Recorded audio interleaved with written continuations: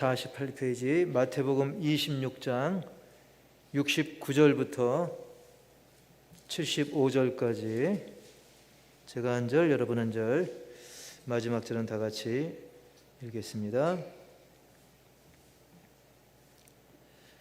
베드로가 바깥들에 앉았더니 한 여종이 나와 이르되 너도 갈릴리 사람 예수와 함께 있었도다 하거늘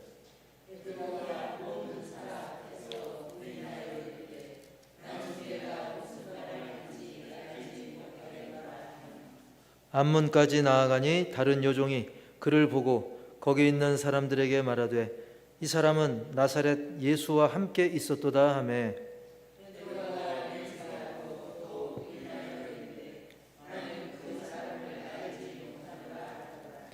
조금 후에 곁에 섰던 사람들이 나와 베드로에게 이르되 너도 진실로 그 도당이라 네 말소리가 너를 표명한다 하거늘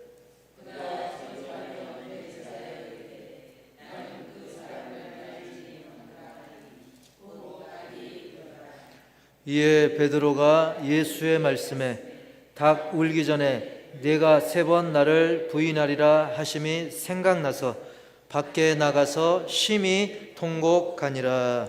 아멘. 제목 시작. 말씀을 생각하라. 아멘. 오늘 베드로를 보면서 문득 실수와 그 실패의 차이에 대해서 잠깐 생각을 해보게 됐습니다. 실수는 우리가 조심하지 않아가지고, 즉 부주의해가지고 잘못하는 걸 실수라고 하죠. 여러분 자주 겪는 일이지만 휴대폰 깜빡 놓고 온 거, 그걸 실패라고 하지 않고 실수라고 얘기하죠. 또 설거지 이렇게 하다가 접시를 깬다든지 컵을 놓친다든지, 그래서 뭔가를 하는 그 도중에 어떤 과정 속에서 수시로 있는 어떤 잘못, 그걸 실수라고 합니다. 실수가 큰 흠이 아닐 수는 있는데 똑같은 실수를 여러 번 반복을 하다 보면 그게 이제 실패로 이어질 수도 있고, 같은 실수 계속 반복하면 또 어리석다라는 말을 들을 수 있기도 합니다. 반면에 실패는 뭡니까?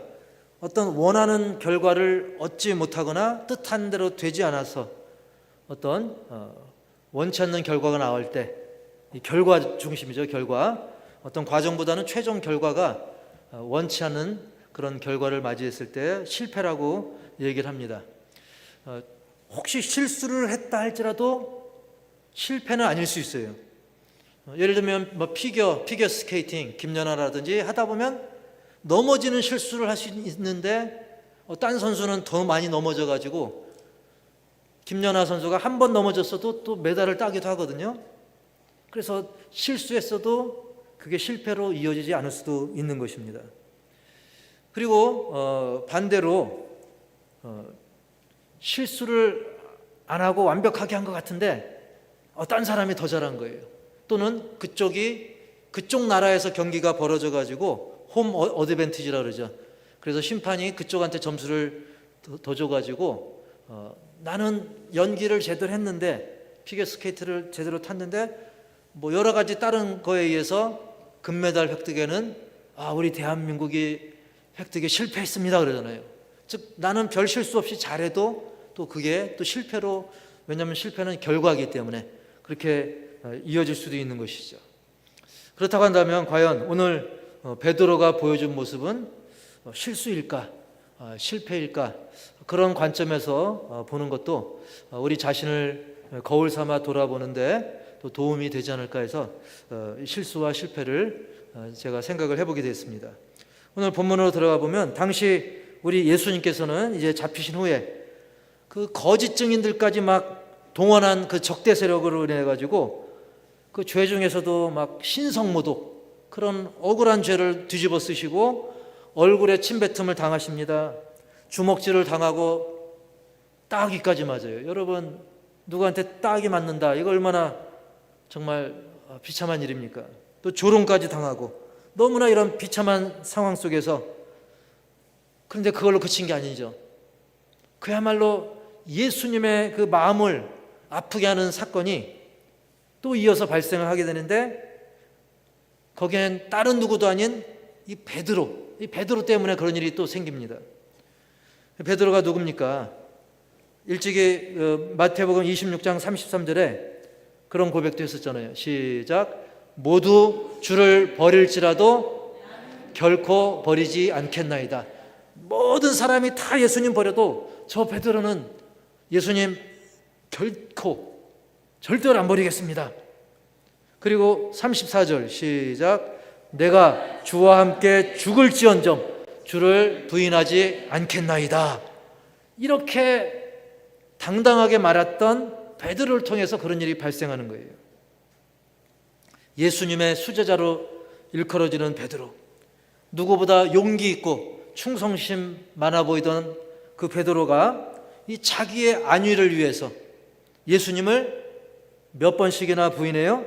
3번씩이나 모른다고 부인하는 사건이 오늘 본문에 나옵니다. 당시 예수님은 이 대제사장의 뜰에 계셨었는데 그 사이에 베드로는 거기와 약간 거리가 떨어진 바깥 뜰 쪽에 앉아 있었던 상황입니다. 물론 다른 제자들 다 도망간 사이에 그래도 베드로는 비교적 고난당하시는 그 예수님 근처에 맴돌고 있었다는 것은 그나마 좀 나은 게 아닌가라는 그런 생각도 들긴 하는데요. 근데 다 도망가고 베드로 한 명만 남아 있었던 게 아니고 사실은 한 명의 제자가 더 있었습니다. 그게 누굴까요? 그 제자는 다름 아닌 요한으로 알려져 있는데 요한은 당시에 대제사장과 친분이 있었습니다.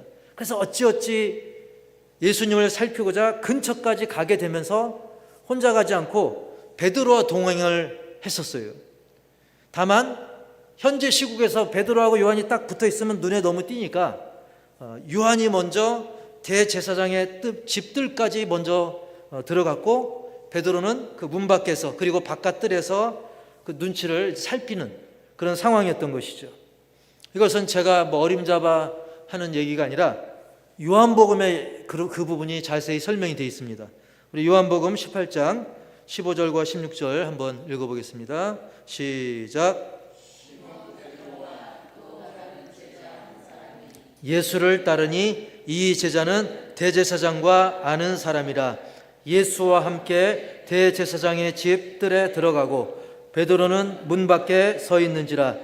대제사장을 아는 그 다른 제자가 나가서 문 지키는 여자에게 말하여 베드로를 데리고 들어오니. 아멘. 예, 그랬던 것이죠. 자, 어쨌든 이런 상황에서 베드로에게 갑자기 난감한 상황이 벌어집니다. 글쎄 한 여종이 베드로에게 그렇게 얘기하는 거죠. 우리 69절 마태복음 26장 69절 시작. 너도 갈릴리 사람 예수와 함께 있었도다. 자, 이게 무슨 말이냐면 베드로 당신도 저 중죄인 예수와 함께 한패 아니냐. 자, 혹시라도 이 말을 예수님의 그 적대 세력이 우연이라도 들으면 베드로도 같이 도매금에 넘어갈 수 있는 그런 위험한 상황을 맞이하게 된 거죠. 순간 그 위기의식을 느낀 베드로가 혹시라도 닥칠 그 위험에 대비해서 그만 그렇게 답을 하고 말았습니다. 어떻게 답을 했냐면 70절 시작. 베드로가 모든 사람 앞에서 부인하여 이르되 나는 내가 무슨 말을 하는지 알지 못하겠노라 하며. 예. 모든 사람 앞에서, 즉 그 자리에는 여러 사람이 있었던 거죠. 그래서 거기서 나 그래 예수님 제자 이렇게 얘기했다가 혹시 곤란을 당할 수 있으니까 모든 사람 앞에서 예수님을 모른 척하는 거예요. 아니 이봐, 이 아줌마가 난 당신이 뭔 말 하는지 모르겠어 라고 둘러대는 거죠. 대충. 그러면서 위험을 감지한 베드로는 자리를 옮깁니다. 그 자리에 있다가는 더 위험할 것 같아가지고 이제 앞문 쪽을 향해서 자리를 옮겼는데, 이번엔 아까 그 여종 말고 또 다른 여종이 베드로를 보면서 거기 있는 사람들에게 뭐라고 얘기하냐면 71절 시작. 이 사람은 나사렛 예수와 함께 있었도다. 그렇게 얘기하는 거예요. 사람들에게 이 사람 나사렛 예수와 함께 있었던 사람입니다 라고 얘기하죠. 그러자 72절에 뭐라고 얘기합니까? 시작. 베드로가 맹세하고 또 부인하여 이르되 나는 그 사람을 알지 못하노라 하더라. 예. 아까까지만 해도 뭐라 했어요? 난 된통 네가 뭔 얘기하는지 모르겠어 라고 하면서 예수님을 부인하는데 그냥 스리슬쩍 부인했잖아요. 근데 이제는 아예 대놓고 부인합니다. 맹세하고 또 부인하여 이르되 나는 그 사람을 알지 못하노라. 나 예수 그런 사람 몰라. 아예 더 잡아떼는 것이죠. 자, 이 정도 했으면 이제 누가 또 이제 나로 하여금 시비 걸지 않겠지. 누가 또 나를 지적하려나. 그랬는데 또 조금 있다가 어떤 일이 벌어집니까? 73절에 보니까 시작. 조금 후에 곁에 섰던 사람들이 나와 베드로에게 이르되 너도 진실로 그 도당이라 내 말소리가 너를 표명한다 하거늘. 여러분, 세상이 이렇게 만만치 않아요. 처음에는 너도 뭐 그 무리가 아니, 너 한패 아니냐, 너 같이 함께 있었던 사람 아니냐. 그리고 이번에는 또 넌 진실로 그 패거리다, 그 도당이라. 점점 수위가 높아져가는 거죠. 베드로의 이 부인하는 것도 점점 수위가 높아집니다. 세상은 막 물어 뜯으려고 합니다. 이렇게 믿는 사람 가만히 내버려 두지 않습니다. 자, 어쨌든 강력하게 이 부인하는 베드로의 말투, 태도가 오히려 좀 뭔가 자연스럽지 못했겠죠. 그리고 결정적으로 베드로처럼 이 북부 갈릴리 지방의 그 말하는 거, 그 발음하는 거, 억양, 그거하고 또 남쪽 유대 지방의 말과는 이 사투리가 서로 다르듯이 차이가 나는 거예요. 쉽게 표현하면 경상도하고 전라도하고 억양이나 이게 말투가 차이 나잖아요. 또 충청도하고 막 차이가 나잖아요. 그래서 그게 말하다 보면 그 억양이 자기도 모르게 튀어나옵니다. 당신 전라도지? 그러는데 거시기 나 전라도 아니란께 이렇게 하면 소용이 없죠. 당신 충청도 맞지? 지가요 충청도 아니에요. 그러면 말이 안 되는 거랑 똑같은 거예요. 딱 베드로는 말소리가 딱 갈릴리 지역 누가 봐도 베드로의 말투였던 거예요. 그러자 베드로가 이제 막 더 격한 반응을 보이죠. 막 저주해가면서 맹세까지 해가면서 바득바득 나는 예수님과 한패가 아니라고 더 이상 못 참겠다는 듯이 막 최악이죠. 74절 시작. 그가 저주하며 맹세하여 이르되 나는 그 사람을 알지 못하노라 하니 곧 닭이 울더라. 아멘. 그렇습니다. 사실 예수님의 제자 할아버지라도 누구나 다 실수를 할 수 있습니다. 사람이니까 실수할 수 있죠. 그런데 그 같은 실수를 그것도 짧은 시간에 3번이나 반복한다는 거, 이거는 흔한 일이 아니죠. 접시 깼는데 좀 이따 접시 깨고 또 좀 이따 접시 깨고, 같은 실수를 연달아 짧은 시간에 3번이나 반복하는 베드로를 보면서 이 사람은 실수가 아니다, 이 사람은 완전한 실패자다, 그런 생각이 들게 하는 그런 상황입니다. 좌우간 때마침 꽃기요 뭐가 울어요? 닭이 울었고 그와 동시에는 베드로는 양심의 가책을 느끼게 되죠. 75절 시작. 이에 베드로가 예수의 말씀에 닭 울기 전에 내가 3번 나를 부인하라 하심이 생각나서 밖에 나가서 심히 통곡하니라. 아멘.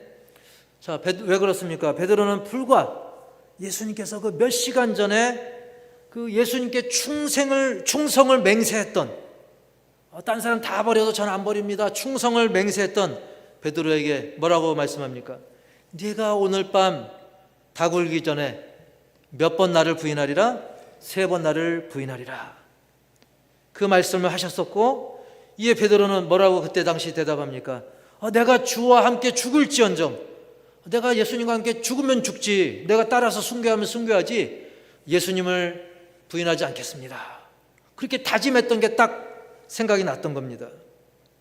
그런데 한편으로는 너무나 이게 참 복잡한 이런 상황 속에서도 그 와중에도 베드로는 또 사람인지라 자신의 안전을 또 챙기면서 그 자리를 피해서, 즉 밖에 나가서 심히 통곡했다고 그랬어요. 그 자리에 깨닫고, 그래요, 내가 예수님의 제자 맞습니다라고 사람들한테 얘기하지 못하고 그 와중에 밖에 나가서, 물론 감정이 복받쳐서 그럴 수도 있겠고 여러 가지 가능성은 있지만 어쨌든 그 자리를 피해서 생각나서 밖에 나가서 심히 통곡하니라 라고 말씀하고 있어요.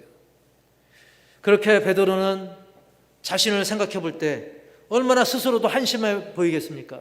우리도 신앙생활 하다 보면 내 자신이 한심스러울 때가 있잖아요. 내 자신이 형편없어 보일 때가 있지 않습니까?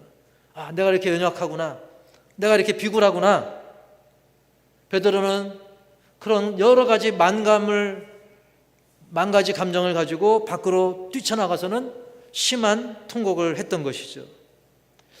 이런 베드로를 보면 참 여러 가지 생각이 듭니다. 우리도, 저도 씁쓸한 생각도 들고. 그러나 우리가 베드로를 보며 그냥 혀를 차고 말 것이 아니라 우리는 어떤가? 그냥 실수자인가 실패자인가? 또 베드로처럼 이렇게 한편으로는 순간적인 어떤 영악함이 있는가? 이 베드로를 통해서, 베드로를 거울 삼아서 우리 자신을 비춰볼 수 있기를 주의 이름으로 축원합니다. 오늘 말씀을 통해서 먼저 말씀드릴 것은, 우리 제목 봅시다. 시작. 주님을 더 가까이 하라. 우리 신앙생활은 사실은 주님을 더 가까이 하는 그런 과정이 있는 것입니다. 하나님과 멀리 떨어졌던 우리가 예수님 안에서 하나님께 더 가까이, 또 예수님께 더 가까이, 또 성령님과 더 밀착되어 동행하는 그런 과정이라 할 수 있어요. 근데 베드로는 사실은 최악의 실수와 실패 3종 세트라고 이름 붙이고 싶을 정도로 정말 펀치로 말하면 사면타를 맞은 완벽한 실패자의 모습 베드로. 결코 그 고개를 들 수 없을 정도로 그런 비참한 창피한 상황을 맞이했던 베드로지만, 그럼에도 불구하고 하나님께서는 그 베드로를 다시 쓰시고 베드로는 그런 실패를 딛고 다시 일어난 줄 분명히 믿습니다. 왜냐하면 그날을 돌이켜보면 그래도 베드로는 주님을 좀 더 가까이서 보고 싶어 했던 것입니다. 그래서 결정적인 실수와 실패의 상황 속에서도 그런 베드로를 하나님은 들어 쓰셨던 것이죠. 베드로는 너무나 투박하고 너무나 성급했지만 그래도 요한을 따라서 예수님 근처에 서성거리였던 그런 베드로 아니겠습니까? 물론 그 와중에도 자기 안전은 또 꼬박꼬박 챙기는 그런 좁은 속내를 보이긴 했지만, 바꿔놓고 생각하면 우리라면 어땠을까요? 우리라면 어쩌면 그 근처에 있지 못할 수도 있어요. 다른 제자들처럼 아예 안 보이는 곳에 가 있을 수도 있어요. 그럼에도 불구하고 그만큼이라도, 베드로만큼이라도 할 수 있는 사람이 얼마나 되겠는가, 그런 생각이 듭니다. 지금 우리라고 해서 선뜻 그 위험한 곳에 주님과 동행한다는 게 그게 쉬운 일이겠습니까? 어쨌든 두려움은 있었지만 그래도 베드로의 마음 중심은 그럼에도 불구하고 주님을 향하고 있었던 것입니다. 따라서 해볼까요? 그럼에도 주님을 향하자. 물론 좀 거리가 더 떨어져 있어서 아쉬움은 있었지만, 그러면서 이 말씀을 준비하면서 그 찬송이 떠오르더라고요. 우리 잘 아는 찬송가 433장에 그 찬양이 있죠. 귀하신 주여 날 붙드사 주께로 날마다 뭡니까? 더 가까이, 날마다 더 가까이. 그러면서 그 찬송 가사 중에 3절에 보면 또 이런 찬송이 특히 이 상황과 맞다는 생각이 듭니다. 간악한 마귀 날 꿰어도, 간악한 마귀가 베드로를 꿰다 할지라도, 또 우리를 꿰다 할지라도, 마귀는 너무나 간악해요. 그래서 기가 막히게 우리를 꼬십니다. 그럼에도 불구하고 우리는 어쨌거나 저쨌거나 날마다 주님께 더 가까이 가시길 바랍니다. 이런저런 시험에 든다고 해서, 이런저런 어려움이 있다고 해서 자꾸 교회를 멀리하고 말씀을 멀리하고 기도를 멀리하면 더 넘어질 수밖에 없어요. 그 마귀가 원하는 것입니다. 그 간악함에 넘어가지 마시기 바랍니다. 그래서 베드로처럼 훗날 부활하신 주님과 더 밀착 동행할 수 있는 그 기회를 누릴 수 있기를, 그런 베드로와 같은 그런 놀라운 회복과 성공의 삶을 걷기를 축복합니다. 그 다음에 제목 시작. 상한 마음의 제사를 드리자. 주님 받으시는 간절한 온전한 회개를 하자는 거예요. 상한 마음의 제사를 드린다는 거. 너무 속상해가지고 하나님 울부짖으며 내가 잘못했습니다. 진실된 회개를 하라는 것입니다. 다구는 소리에 주님과 그 말씀이 떠오르면서 주님이 떠오르고 주님이 하신 그 말씀이 생각나서 심하게 통곡했던 그 베드로. 시편 51편 17절 보시면 시작. 하나님께서 구하시는 제사는 상한 심령이라. 하나님이여 상하고 통회하는 마음을 주께서 멸시하지 아니하시리이다. 아멘. 우리가 베드로를 비난하기 전에 우리 자신을 봅시다. 나 자신을 봅시다. 베드로를 포함해서 그 예수님의 많은 제자들, 또 예수님을 따랐던 수많은 무리들, 그들은 예수님이 많은 기적을 베풀 때 그들은 우르르 예수님을 따라다니고 막 예수님께 환호했습니다. 막 예수님이 나귀 타고 들어오실 때 막 호산나 다윗의 자손이여 하면서 막 예수님을 떠받들고 막 왕으로 삼으려고 했습니다. 그리고 제자들끼리는 막 서로 서열을 따집니다. 그리고 많은 이들이 주님과 친하려고 했고 친한 척이라도 하려고 했습니다. 그리고 예수님이 배를 타고 건너가시면 배편이 없는 사람은 육로로 삥 돌아서라도 예수님과 가까이 하려고 했었습니다. 그야말로 떨어지는 콩고물이라도 없을까 해서 예수님을 막 열광적으로 따라다니려고 했었어요. 그러다가 예수님이 공경에 빠지자 예수님을 비난하는, 그리고 예수님께 도망가는 그야말로 태세가 확 전환되는 삶으로 변화되지 않습니까?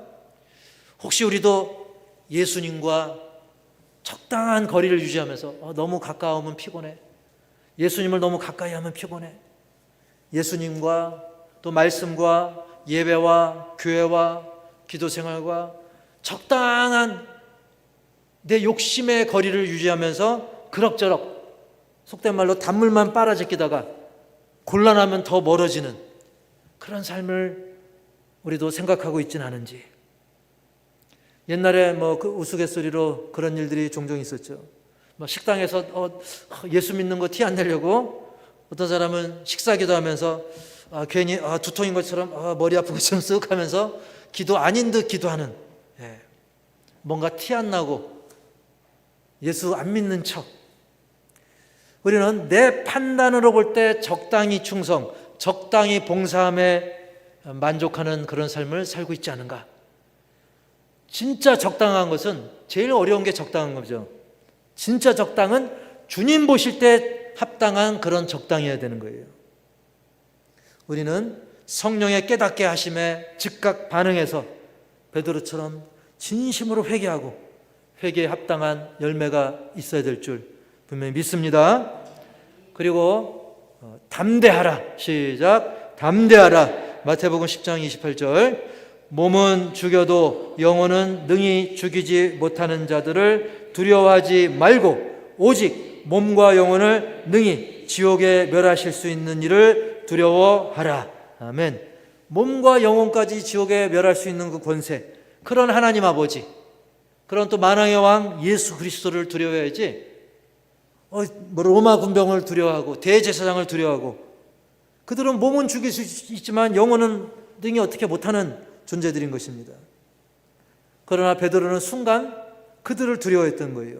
진정으로 두려워야 될 분을 두려워하지 않고 그러지 못하는 것을 두려워했습니다. 환경을 두려워했습니다.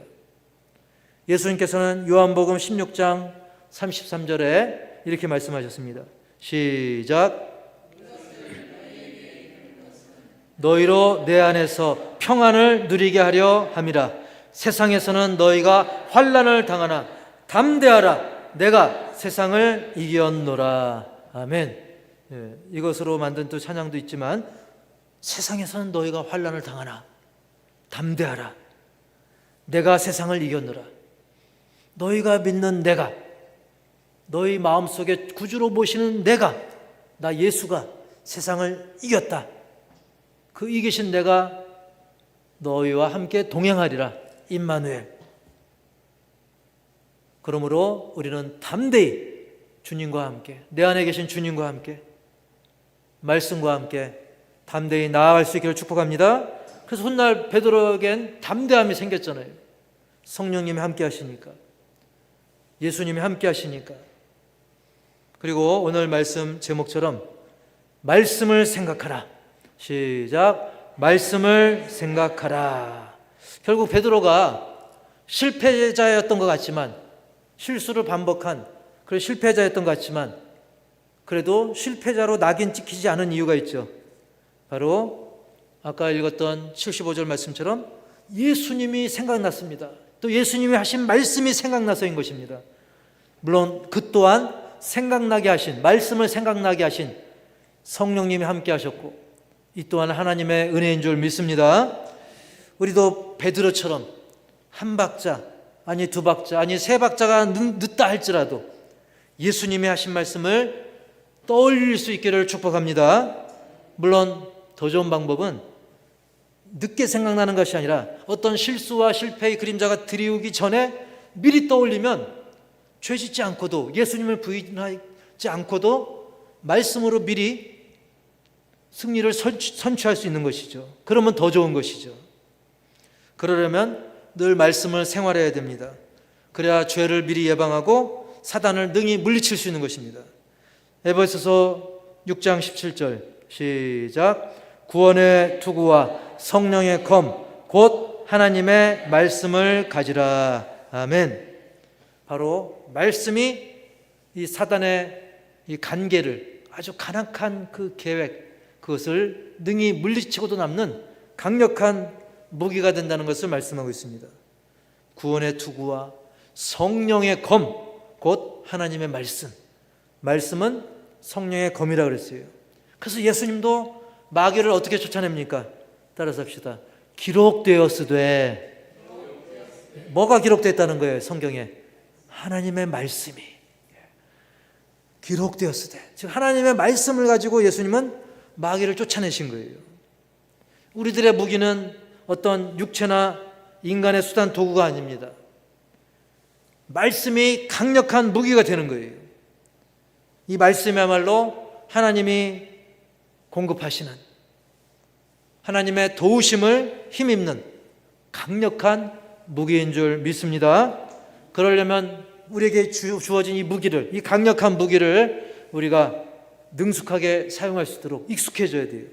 아무리 좋은 최신형 권총, 바주가포, 별 미사일 좋은 거 있어도 익숙하지 않으면 소용없어요. 이게 어떻게 사는 거지? 이러다가 적들한테 당하는 겁니다. 말씀이 익숙해져야 돼요. 태권도를 실전에서 써먹으려면 1000번 가지고 어림없어요. 1000번, 10,000번, 수만 번 연습이 되고 그것이 대련 훈련이 많이 돼야 돼요. 마치 어린아이가 말을 익히듯이 말씀이 익숙해지고, 그래서 말씀과 동행하고 모든 상황에서 다른 말과 행동보다, 내 경험이 튀어나오기보다, 내 습관이 튀어나오기보다 말씀이 떠오를 수 있도록 그렇게 말씀이 익숙해질 수 있기를 주의 이름으로 축복합니다. 그래서 하나님께서는 예수님을 가까이 하려고 애썼던, 그래서 이렇게 뒤늦게나마 말씀을 기억하고 회개한 베드로를 결국 들어 쓰셨습니다. 그래서 베드로를 통해 많은 영혼들이 돌아오죠. 그 선포되는 말씀에 3,000명이 회개하는 역사도 일어나고 선교에 불이 붙게 되었던 것입니다. 우리 또한 이런 이야기를 베드로만의 이야기로 우리가 놔둘 것이 아니라 우리 역시 하나님이 주신 너무나 귀하고 강력한 이 성령의 검 말씀을 더 잘 사용하도록, 평소에 말씀을 더 귀히 여기고 더 생각하고, 말씀을 생각하라. 말씀을 더 많이 생각하고 말씀대로 그대로 우리가 살아감으로 말미암아 어떤 이 마귀의 그 관계도 우리가 능히 물리치고 승리의 삶을 살아가는 우리 2026년이 될 수 있기를 주님의 이름으로 간절히 축원합니다. 축복합니다. 이 시간은 우리 찬양